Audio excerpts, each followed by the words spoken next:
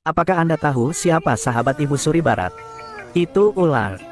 Semua ular di dunia melindungi istana untuk Ibu Suri Barat. Jika Anda ingin pergi ke istana Ibu Suri Barat, Anda pasti akan lahir dan mati. Bahkan fisik Xiao Ge yang tidak beracun. Setelah digigit ular, harus segera menyuntikkan serum untuk menyelamatkan hidup. Tapi Enjiota saat menghadapi ular jambul, mereka tidak berani menggigitnya. Mungkinkah fisik Enjiota lebih baik dari yang lain?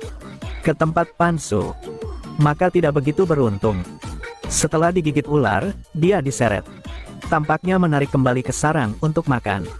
Ketika Enjiota diam-diam mengikuti di sana, menemukan bahwa Pansi dilemparkan ke tumpukan orang mati. Sepertinya ini toko makanan ular jambul. Kemudian Pansu marah dan memuntahkan cairan biru. Tunggu sampai Ngota melihat ke tanah. Tidak berharap itu menjadi telur ular. Mungkinkah ular ini menggunakan tubuh manusia untuk memelihara bayi ular? Jadi tumpukan mayat barusan bukanlah pantry makanan. Itu adalah tempat penetasan yang dibangun oleh ular jambul untuk diri mereka sendiri. Enjiota tidak bisa berpikir banyak sekarang. Hanya ingin cepat menemukan seseorang untuk menyuntikkan serum untuk Pantu. Tidak menyangka, saat mengambil jalan pintas tanpa sengaja jatuh ke air yang dalam. Tunggu sampai bangun. Diselamatkan oleh Enjiota Tamtin. Jika tidak, Enjiota pasti akan menjadi induk dari bayi ular tersebut. Menyuruhmu untuk kembali tapi kamu menolak untuk mendengarkan. Bukannya paman sudah kasih tahu kau? Tempat ini berbahaya.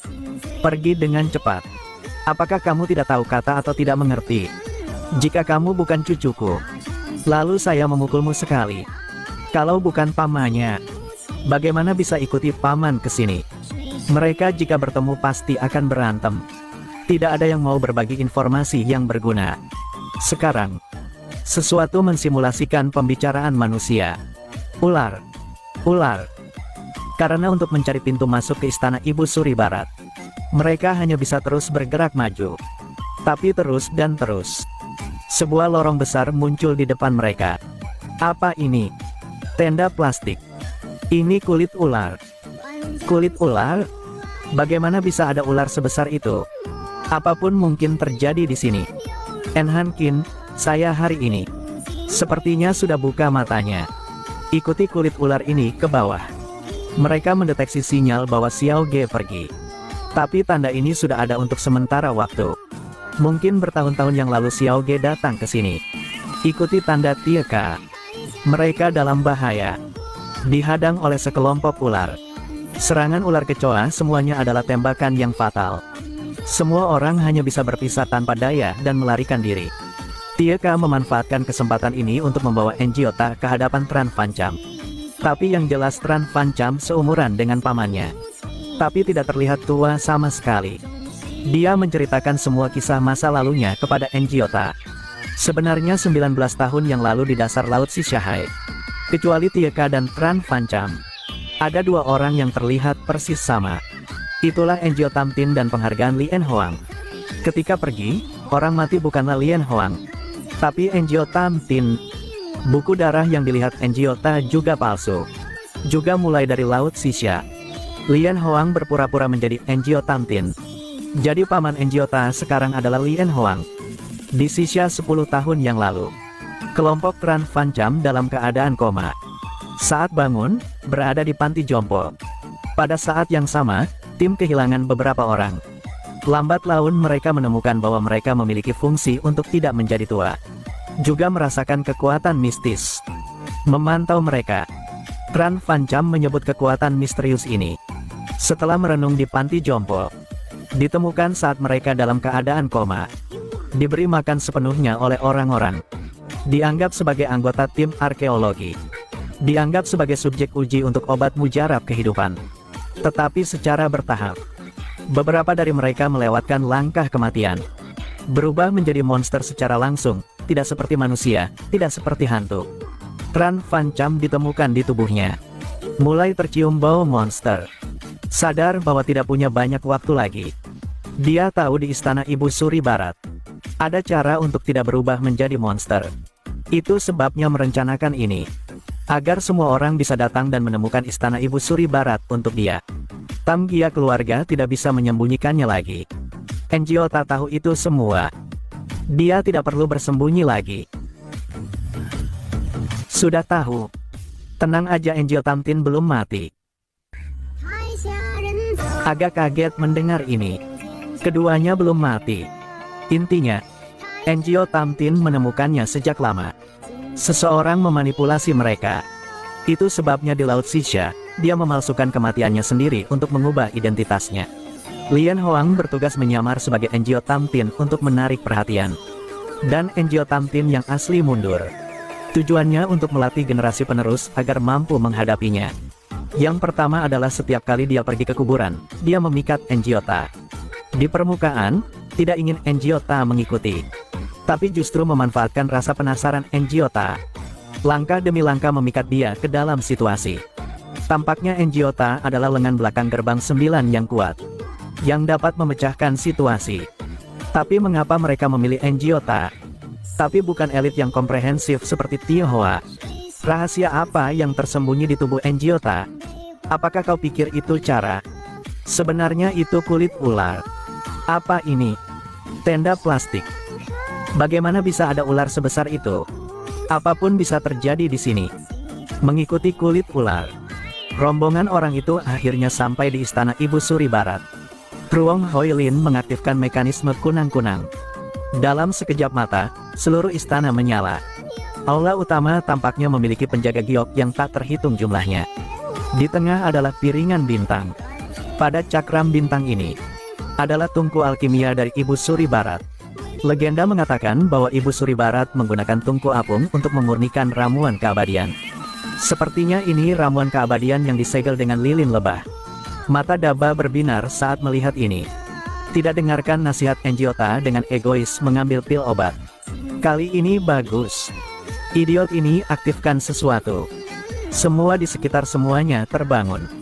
Pansu ingin mengirim orang pergi. Tapi bagaimana bisa membiarkan mereka melarikan diri? Sekarang satu-satunya jalan keluar adalah mempertaruhkan hidup dengan yang di depan ini. Xiao Ge bertarung dengan sengit turun dari langit. Satu tusukan di bahu itu tetapi tidak terluka. Yang lain bahkan tidak perlu menyebutkannya. Pantu hampir mematahkan lengannya dengan satu pukulan. Benda ini tidak bisa membunuh. Selanjutnya, Daba ingin meninggalkan pil obat di tempatnya. Hasil diaktifkan kembali agen. Alasannya adalah kali ini saya meletakkannya di tempat yang salah. Saya pikir dia dari Ibu Suri Barat. Momen penting. Seekor ular berbulu hitam terbang keluar dari tubuh Ngokdung. Mungkin ular-ular ini mengendalikan batu giok. Kemudian kelompok itu mulai memecahkan batu giok untuk membunuh ular. Tapi ribuan ular tidak bisa membunuh mereka semua. Pansu mengeluarkan bahan peledak di tubuhnya. Ingin membuka jalan. Tapi tidak menyangka pintu ini adalah pintu perunggu. Tidak bisa meledak. Pintunya bahkan belum dibuka. Dan tungku alkimia di atas kepala jatuh. Jika itu berkah, itu bukan bencana. Jika itu bencana, tidak dapat melarikan diri bahkan jika mau. Tungku alkimia ini jatuh dan membuka satu gua. Semua orang pergi ke gua.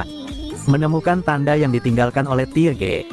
Tiege menyentuhnya dan menemukan ada dua lubang di sebelahnya. Segera mulai menggunakan teknik unik keluarga Zhang. Gunakan jari untuk memeriksa gua. Tempat ini. Apakah kau membangunnya? Berpikir sudah keluar dari bahaya.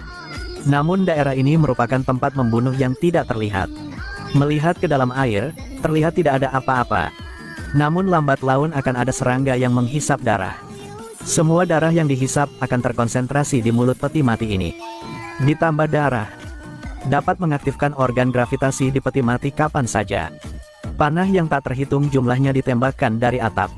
Seperti itu setelah seseorang terkena panah dan mati. Akan ada lebih banyak pengisap darah.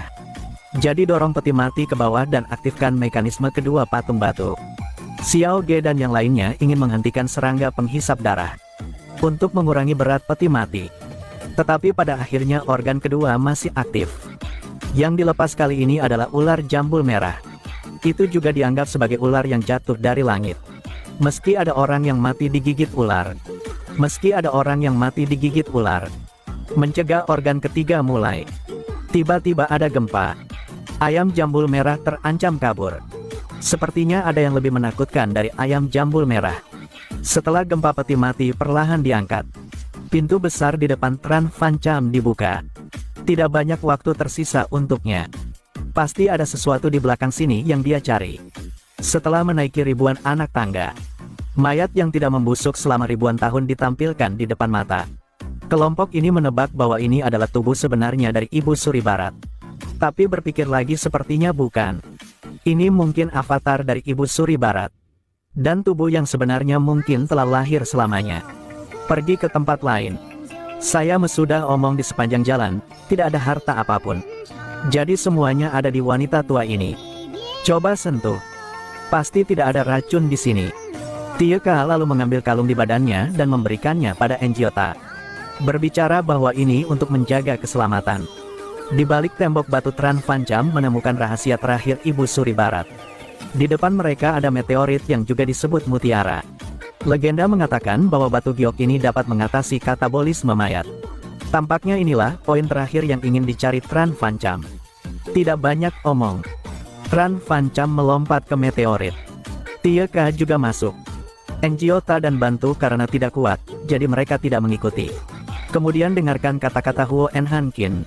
Ibu Suri Barat karena dia ingin hidup selamanya, jadi dia juga pergi ke batu giok ini. Awalnya, Tionghoa ingin masuk ke dalam dan melihat seperti apa rasanya. Tapi Huo En Hankin hanya melepas kacamatanya untuk menghentikannya. Dikatakan bahwa setiap orang yang melihat mata Huo En Hankin harus mati. Untuk menghentikan Tionghoa kali ini, dia sudah melanggar peraturan. Sepertinya Huo En Hankin sudah tahu apa yang ada di dalam batu giok itu. Atau mungkin Huo En Hankin juga ada di sana. Mengarah ke cedera mata. Jika semua orang tidak bisa masuk, Tionghoa memutuskan untuk pergi dulu. Pada saat yang sama, sepanjang jalan, dia meninggalkan tanda untuk Enjiota. Dan Enjiota ingin menunggu sampai Tieka keluar. Keduanya menunggu seperti itu selama 15 hari. Akhirnya menunggu Tieka keluar. Tapi sepertinya dia kehilangan ingatannya karena terlalu takut. Enjiota marah, ada apa ini? Tapi bisa menakuti Tieka ke dalam kekacauan ini. Dia melompat dan melihat sosok. Tunggu sampai dia melompat sekali lagi. Takut sampai beku. Kenapa? Ada apa? Dia melihat Ibu Suri Barat ribuan tahun yang lalu. Membuat mereka bergegas melarikan diri. Tapi tidak menyangka. Hal nyata yang membuat orang takut masih